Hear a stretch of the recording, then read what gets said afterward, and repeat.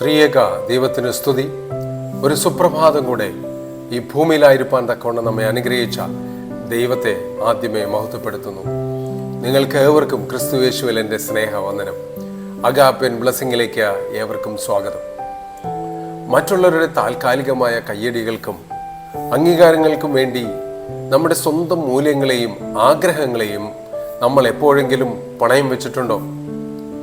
ആളുകൾ നമ്മളെക്കുറിച്ച് എന്ത് വിചാരിക്കുമെന്നോർത്ത് ഭയന്ന് ഒരു മുഖംമൂടി ധരിച്ച് മറ്റുള്ളവരെ പ്രീണിപ്പിച്ച് ജീവിച്ച് നമ്മൾ മടുത്തു പോകാറില്ലേ? കർത്താവിൽ പ്രിയ സഹോദരി സഹോദരങ്ങളെ, ഈ ലോകത്തിൻ്റെ കപടമായ പുകഴ്ത്തലുകളിൽ വീണുപോകാതെ മനുഷ്യരുടെ താൽക്കാലികമായ കയ്യടികൾക്ക് അപ്പുറം ദൈവികമായ സത്യത്തിൽ ഊന്നി എങ്ങനെ സ്വന്തം വ്യക്തിത്വം വീണ്ടെടുക്കാമെന്ന് പഠിപ്പിക്കുന്ന ഒരു മഹത്തായ വചനമാണ് ഇന്ന് നമ്മൾ ധ്യാനിക്കാൻ പോകുന്നത്. വിശുദ്ധ യോഹന്നാൻ 5:43 വചനം ഇപ്രകാരമാണ്: ഞാൻ എൻ്റെ പിതാവിൻ്റെ നാമത്തിൽ വന്നിരിക്കുന്നു, എന്നെ നിങ്ങൾ കൈക്കൊള്ളുന്നില്ല. മറ്റൊരുത്തൻ സ്വന്തം നാമത്തിൽ വന്നാൽ അവനെ നിങ്ങൾ കൈക്കൊള്ളും. ലോകത്തിൻ്റെ പൊള്ളയായ വാക്കുകളെ തിരിച്ചറിഞ്ഞ് നമ്മുടെ ചിന്തകൾക്ക് എങ്ങനെ ശക്തമായ ഒരു സ്വാതന്ത്ര്യം നൽകാമെന്ന് വ്യക്തമാക്കുന്ന വചനമാണിത്. യെരുശലേമിലെ ബെത്സേദ കുളക്കരയിൽ വെച്ച് 38 വർഷമായി തളർന്നു കിടന്ന ഒരു മനുഷ്യനെ യേശു അത്ഭുതകരമായി സുഖപ്പെടുത്തിയതിനു ശേഷം സംഭവിക്കുന്ന കാര്യങ്ങളാണ് ഈ വചനത്തിൻ്റെ പശ്ചാത്തലം. ആ പാവപ്പെട്ട മനുഷ്യന് ലഭിച്ച വലിയൊരു വിടുതൽ കണ്ട് സന്തോഷിക്കുന്നതിന് പകരം അന്നത്തെ മത നേതാക്കൾ യേശുവിനെ കുറ്റപ്പെടുത്താനും ഇല്ലാതാക്കാനും ശ്രമിക്കുകയായിരുന്നു. തങ്ങളുടെ പദവികളിലും അധികാരങ്ങളിലും മാത്രം ശ്രദ്ധിച്ചിരുന്ന ആ കപട മനുഷ്യരുടെ മുൻപിൽ ധൈര്യത്തോടെ നിന്നുകൊണ്ട് യേശു ഈ വാക്കുകൾ അരുളി ചെയ്യുന്നത്. യേശു അവരുടെ ഉള്ളിലെ കപടതയെ തുറന്നു കാട്ടുകയാണ് ഇവിടെ ചെയ്യുന്നത്. ഈ വചനം നമ്മെ പഠിപ്പിക്കുന്നത് മനുഷ്യരുടെ കയ്യടികൾക്ക് വേണ്ടി നമ്മുടെ ജീവിതം നശിപ്പിക്കരുത്. യേശു പറയുന്നു, ഞാൻ എൻ്റെ പിതാവിൻ്റെ നാമത്തിൽ വന്നിരിക്കുന്നു, എന്നെ നിങ്ങൾ കൈക്കൊള്ളുന്നില്ല. യേശു വന്നത് പിതാവായ ദൈവത്തിൻ്റെ നാമത്തിലും സ്നേഹത്തിലും സത്യത്തിലും ഊന്നിയാണ്.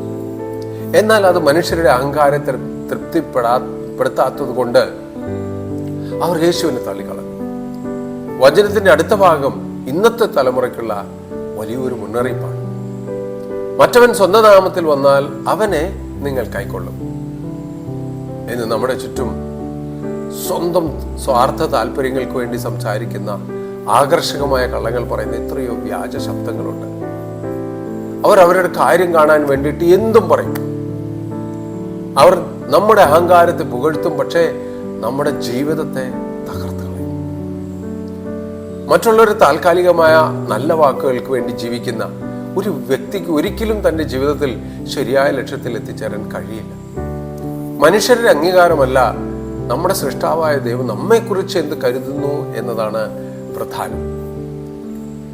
ഇപ്പോൾ പലപ്പോഴും മറ്റുള്ളവരുടെ സർട്ടിഫിക്കറ്റ്, അയൽക്കാരൻ എന്നെ കുറിച്ച് എന്ത് പറയുന്നു, ഭാര്യ എന്നെ കുറിച്ച് എന്ത് പറയുന്നു, മക്കൾ എന്നെ കുറിച്ച് എന്ന് പറയുന്നു, നാട്ടുകാരും വീട്ടുകാരും എന്നെ കുറിച്ച് എന്ത് പറയുന്നു, അതാണ് ഏറ്റവും ഇമ്പോർട്ടൻ്റ്. പക്ഷെ സ്വയം നമുക്ക് നമ്മളെ തന്നെ കുറിച്ച് നമ്മൾ എന്ത് പറയുന്നു, നമ്മളെ എന്ത് ചെയ്യുന്നു എന്നുള്ള കൃത്യമായിട്ടുള്ള ഒരു സെൽഫ് റിയലൈസേഷൻ നമുക്ക് ആവശ്യമാണ്.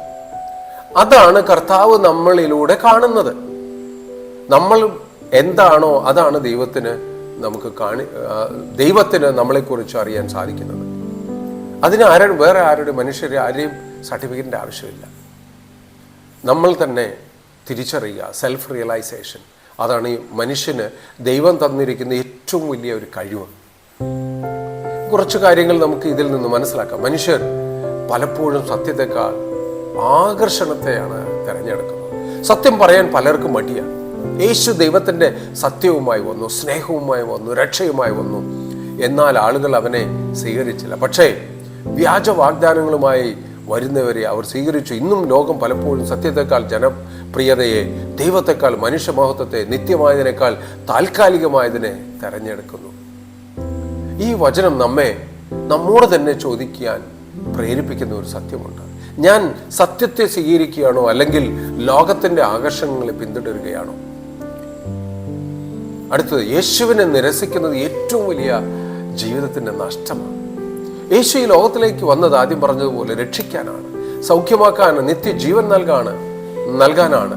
എന്നാൽ പലരും അവനെ സ്വീകരിച്ചില്ല. ഇന്ന് പലരും യേശുവിനെ കുറിച്ച് കേൾക്കുന്നു, ദിവസവും വചനം കേൾക്കുന്നു. പക്ഷേ എൻ്റെ സ്വന്തം ജീവിതത്തിലേക്ക് അവനെ സ്വീകരിച്ചോ ഇല്ലയോ എന്ന് ചിന്തിക്കേണ്ട ഒരു ദിവസമാണ് ഇന്ന്. ഒരു മനുഷ്യന് ലഭിക്കാവുന്ന ഏറ്റവും വലിയ അനുഗ്രഹമാണ് യേശുവിനെ അനുഭവിച്ച് അറിയുക എന്നത്.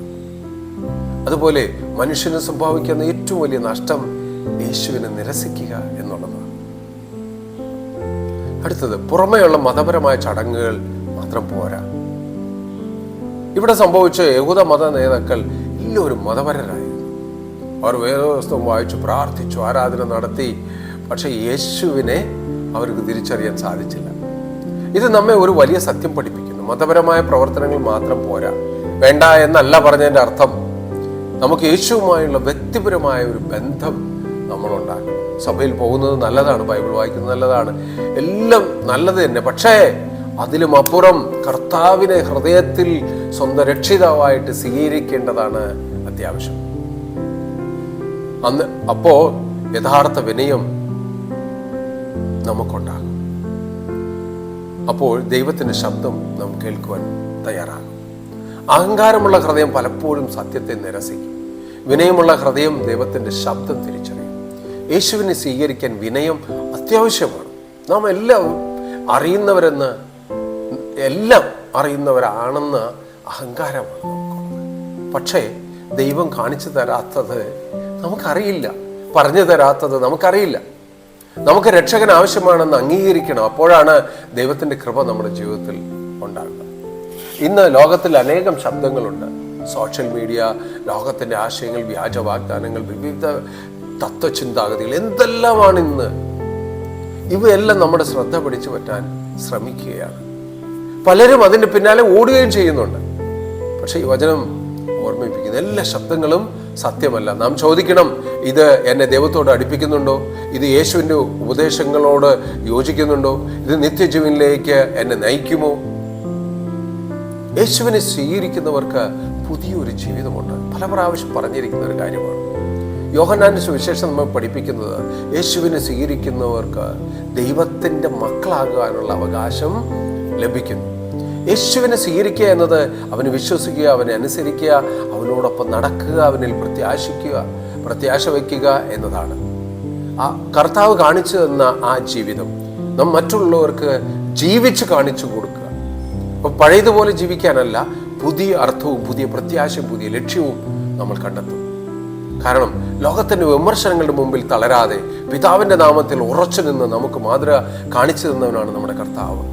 അവൻ്റെ സത്യത്തിൽ ജീവിക്കുന്ന ഒരു വ്യക്തിക്കും ലോകത്തിൻ്റെ കപടമായ പുകഴ്ത്തലുകളുടെ, സർട്ടിഫിക്കറ്റുകളുടെ ആവശ്യമില്ല. അതുകൊണ്ട് ഇന്ന് മുതൽ നാം മനുഷ്യരെ പ്രീതിപ്പെടുത്തുന്ന ആ ജീവിതത്തിൽ നിന്ന് മാറി കർത്താവിനെ എങ്ങനെ പ്രീതിപ്പെടുത്താം എന്ന് ചിന്തിച്ചു തുടങ്ങേണ്ടതാണ്. ദൈവിക സത്യത്തിൽ ഉറച്ചു നിൽക്കും. അപ്പോൾ നമുക്ക് ദൈവം വിജയം നൽകും. ഇന്ന് നാം നമ്മോട് ചോദിക്കുക, നാം യേശുവിനെ യഥാർത്ഥത്തിൽ സ്വീകരിച്ചിട്ടുണ്ടോ? നമുക്ക് മതപരമായ അറിവുണ്ടായിരിക്കാം, ആരാധനയിൽ പങ്കെടുക്കാം. പക്ഷെ നമ്മുടെ ഹൃദയത്തിൻ്റെ വാതിൽ കർത്താവിന് തുറന്നു കൊടുത്തിട്ടുണ്ടോ? ഞാൻ ലോകത്തിൻ്റെ ശബ്ദമാണോ കേൾക്കുന്നത്, അതോ ദൈവത്തിൻ്റെ ശബ്ദമാണോ കേൾക്കുന്നത്? ഞാൻ യേശുവിനെ എൻ്റെ ജീവിതത്തിൻ്റെ കേന്ദ്രമാക്കിയിട്ടുണ്ടോ? ഞാൻ അവനെ ഹൃദയപൂർവ്വം സ്വീകരിച്ചിട്ടുണ്ടോ? ഇല്ലെങ്കിൽ നമുക്ക് കർത്താവിനെ സ്വീകരിക്കാം. അവൻ്റെ സത്യത്തിൽ നടക്കാം, അവൻ്റെ സ്നേഹത്തിൽ ജീവിക്കാം. യേശുവിനെ സ്വീകരിക്കുന്ന ജീവിതം മാത്രമാണ് യഥാർത്ഥ സമാധാനവും നിത്യപ്രത്യാശയും നൽകുമെന്ന് പല പ്രാവശ്യം നമ്മൾ പഠിച്ചു കഴിഞ്ഞു. കർത്താവ് നമ്മെ സത്യത്തെ തിരിച്ചറിയുവാനും യേശുവിനെ പൂർണ്ണ ഹൃദയത്തോടെ, പൂർണ്ണ ആത്മാവോടെ, പൂർണ്ണ മനസ്സോടെ സ്വീകരിക്കാനും ദൈവം നമ്മളെ സഹായിക്കും. ഒരു നിമിഷം പ്രാർത്ഥിക്കാം. ഞങ്ങൾ അത്യധികം സ്നേഹിക്കുന്ന വാഴ്ത്തപ്പെട്ട യേശുവേ, സ്വർഗ്ഗീയ പിതാവേ, തന്നിരിക്കുന്ന നല്ല സമയത്തിനായി നിന്ന് നന്ദിയോടെ സ്തുതിക്കുന്നു, സ്തോത്രം ചെയ്യുന്നു. കർത്താവേ, അടിയങ്ങൾക്ക് തന്നിരിക്കുന്ന സകലത്തെയും നിന്റെ തൃപ്പാദത്തിലേക്ക് ഭരമേൽപ്പിക്കുന്നു. ഈ അഗാപേൻ ബ്ലെസ്സിങ്ങിലൂടെ വചനം കേൾക്കുന്ന നിന്റെ മക്കളെയും ഇത് മറ്റുള്ളവർക്ക് പങ്കുവയ്ക്കുന്ന മക്കളെയും നിന്റെ തൃപ്പാദത്തിലേക്ക് ഈ നിമിഷം ഭരമേൽപ്പിക്കുന്നു. കർത്താവേ, നീ അരുളി ചെയ്തുവല്ലോ, നീ കൂടെ ഇരുന്ന് ഞങ്ങളുടെ ശിഷ്ടജീവിതം ക്രമപ്പെടുത്തുമെന്ന്. കർത്താവേ, ഞങ്ങൾക്കൊന്നും അറിയില്ല കർത്താവേ, എങ്കിലും നീ എല്ലാം ഞങ്ങൾക്ക് വേണ്ടുന്ന കാര്യങ്ങളെല്ലാം പറഞ്ഞു തന്ന് ഞങ്ങളുടെ ജീവിത സാഹചര്യങ്ങളെ ശരിയാക്കുവാൻ നിനക്ക് സാധിക്കുമെന്ന് 100% ഞങ്ങൾ ഉറച്ചു വിശ്വസിക്കുന്നു. കർത്താവേ, അടിയങ്ങൾ ബലഹീനരും പാപികളും ദോഷികളുമാകുന്നു. ഈ ലോകത്തിൻ്റെ ചിന്തകളിൽ, ഈ ലോകത്തിൻ്റെ സംസാരങ്ങളിൽ മുഴുകി, ഈ ലോകം കാണിച്ചു തരുന്ന കാര്യങ്ങളിലൂടെ ശ്രദ്ധ കൊടുത്ത് അടിയങ്ങൾ ജീവിച്ചിട്ടുണ്ട്. കർത്താവേ, അടിയങ്ങളോട് പൊറുക്കണമേ. കർത്താവേ, നീ ദൈവത്തിൻ്റെ പുത്രനാണ് എന്ന് ഞങ്ങൾ പൂർണ്ണമായി വിശ്വസിക്കുന്നു, പൂർണ്ണമായി ഉറച്ചു വിശ്വസിക്കുന്നു, പൂർണ്ണമായി അംഗീകരിക്കുന്നു. കർത്താവേ, നീ ഞങ്ങൾക്ക് വേണ്ടി വന്നവനാണ്, നീ ഞങ്ങൾക്ക് വേണ്ടി കഷ്ടമേറ്റവനാണ്. പാപമില്ലാത്തവനായിരുന്നിട്ടും ഞങ്ങളുടെ പാപം നിന്റെ ശിരസിൽ വഹിച്ചുകൊണ്ട് ഞങ്ങൾക്ക് വേണ്ടി ചാട്ടയടിവാറായിട്ടവനാണ്. കർത്താവേ, നിന്റെ കൃപ ഞങ്ങളിൽ ചൊരിഞ്ഞ് ഞങ്ങളെ രക്ഷപ്പെടുത്തിയവനാണ്. ഞങ്ങൾക്ക് വേണ്ടി മുൾക്കിരീടം ചൂടിയവനാണ്, ഞങ്ങൾക്ക് വേണ്ടി തുപ്പലേറ്റവനാണ്, ഞങ്ങൾക്ക് വേണ്ടിയിട്ട് കഷ്ടം അനുഭവിച്ചവനാണ്, ഞങ്ങൾക്ക് വേണ്ടി ക്രൂശിലേറ്റപ്പെട്ടവനാണ്. നിന്റെ അവസാന തുള്ളി രക്തം വരെ ഞങ്ങൾക്ക് വേണ്ടി ദാനമായി നൽകിയവനാണ്. കർത്താവേ, അടിയങ്ങൾ തെറ്റിപ്പോയി, ഈ ലോകത്തിൻ്റെ ചിന്തകളിൽ മുഴുകി ജീവിച്ചു പോയി. ഈ ലോകത്തിൻ്റെ ചിന്തകൾക്ക് ഞങ്ങളെ രക്ഷിപ്പാൻ അറിയില്ല എന്നറിഞ്ഞിട്ടും പലപ്പോഴും ഞങ്ങൾ വ്യതിചലിച്ചു പോയി. കർത്താവേ, അടിയങ്ങളോട് പൊറുക്കണമേ. നിന്റെ ചെറിയ മറവിൽ മറക്കണമേ. ശിഷ്ട ജീവിതത്തെ പൂർണ്ണമായി നിന്റെ തൃപ്പാദത്തിലേക്ക് ഭരമേൽപ്പിക്കുന്നു. കർത്താവ്, നിന്റെ വചനം കേൾക്കുന്ന മക്കളെ ഈ നിമിഷം തൊട്ട് അനുഗ്രഹിക്കണമേ. എത്ര വലിയ പ്രതിസന്ധികളിലൂടെ കടന്നു പോകുന്ന മക്കളാണെങ്കിലും, എത്ര വലിയ വേദനകൾ അനുഭവിക്കുന്ന മക്കളാണെങ്കിലും, കർത്താവ്, നിന്റെ കരങ്ങൾ നീട്ടി നിന്റെ മക്കളെ ഏറ്റെടുത്ത് വഴി നടത്തണമേ. നിന്റെ സ്വർഗീയ സിംഹാസനത്തിൽ നിന്റെ ചെറിയ മറവിൽ അവരെ മറച്ചു കൊള്ളണമേ. നിന്റെ രക്തവളപ്പിൽ അവരെ സൂക്ഷിക്കണമേ. പിശാച് അവരെ തൊടുവാൻ നീ അനുവദിക്കരുത്. കർത്താവേ, ഈ ലോകത്തിൻ്റെ മോഹങ്ങളിൽ നിന്നും, ഈ ലോകത്തിൻ്റെ ചിന്തകളിൽ നിന്നും കർത്താവേ വ്യത്യാസപ്പെടുത്തി നിന്റെ കൃപ നിന്റെ മക്കളിൽ ചൊരിഞ്ഞ് നീ കാണിച്ചു കൊടുക്കുന്ന വഴിയിലൂടെ നടപ്പാൻ കർത്താവേ, നീ ജീവിതത്തെ ക്രമീകരിക്കണമേ. പുതിയൊരു ജീവിതം നിന്റെ മക്കളുടെ ജീവിതത്തിൽ നിന്ന് കൊടുക്കണമേ. എല്ലാ ആവശ്യങ്ങളെയും നിന്റെ തൃപ്പാദത്തിലേക്ക് ഭരമേൽപ്പിക്കുന്നു. കർത്താവേ, പലപ്പോഴും സംശയിച്ചു പോയിട്ടുണ്ട് കർത്താവേ, എങ്കിലും നീ എല്ലാത്തിനും സഹായം നൽകുന്നവനാണ്, നീ എല്ലാം നേരെയാക്കുന്നവനാണ്, നീ ഞങ്ങളുടെ രക്ഷകനാണ്, നീ ഞങ്ങളുടെ ഭാവിയാണ്, നീ ഞങ്ങളുടെ ശക്തിയാണ്, നീ ഞങ്ങളുടെ സൗഖ്യമാണ്. പൂർണ്ണമായി വിശ്വസിക്കുന്നു കർത്താവേ. അടിയങ്ങളെയും അടിയങ്ങൾക്ക് തന്നിരിക്കുന്ന സകലരെയും നിന്റെ തൃപ്പാദത്തിലേക്ക് ഭരമേൽപ്പിക്കുന്നു. പ്രത്യേക വചനം കേൾക്കുന്ന എല്ലാവർക്കും നിന്റെ സമാധാനം ദാനമായി നൽകണമേ. അവരുടെ പ്രയാസങ്ങളും ബുദ്ധിമുട്ടുകളും വേദനകളും സൗഖ്യമാക്കണമേ. നിന്റെ കൃപ നിന്റെ മക്കളോട് കൂടെ അനുഗ്രഹിക്കണമേ. അഭിഷേകം ചെയ്യണമേ. ഈ നിമിഷം അവരെ നീ അനുഗ്രഹിക്കണമേ. കർത്താവേ, അടിയങ്ങളുടെ പ്രാർത്ഥനകൾക്ക് മറുപടി നൽകാൻ നിനക്ക് മാത്രമേ സാധിക്കൂ. ഈ ലോകത്തിലെ ഒരു വ്യക്തികൾക്കും, ഈ ലോകത്തിലെ ഒരു ശക്തികൾക്കും അതിന് സാധിക്കില്ല എന്ന് നിങ്ങൾ അടിയുറച്ച് വിശ്വസിക്കുന്നു. കർത്താവേ, നീ മാത്രമാണ് ഞങ്ങളുടെ ദൈവം, നീ മാത്രമാണ് ഞങ്ങളുടെ രക്ഷ, നീ മാത്രമാണ് ഞങ്ങളുടെ ഭാവി. പൂർണ്ണമായി ഭരമേൽപ്പിക്കുന്നു, സമർപ്പിക്കുന്നു. ഈ വചനം കേൾക്കുന്ന എല്ലാ മക്കളെയും നിന്റെ തൃപ്പാദത്തിൽ മറയ്ക്കുന്നതിനായി നിന്നോട് സ്തോത്രം. പ്രാർത്ഥനയിടത്തിനായി സ്തുതിക്കുന്നു. ഇറങ്ങിയോ നിങ്ങളെ പരിപാലിച്ചതിനായി സ്തോത്രം. എല്ലാം ഞങ്ങൾക്ക് വേണ്ടി ജീവൻ യേശുവിൻ്റെ പുനർനാമത്തിൽ തന്നെ. ആമേൻ.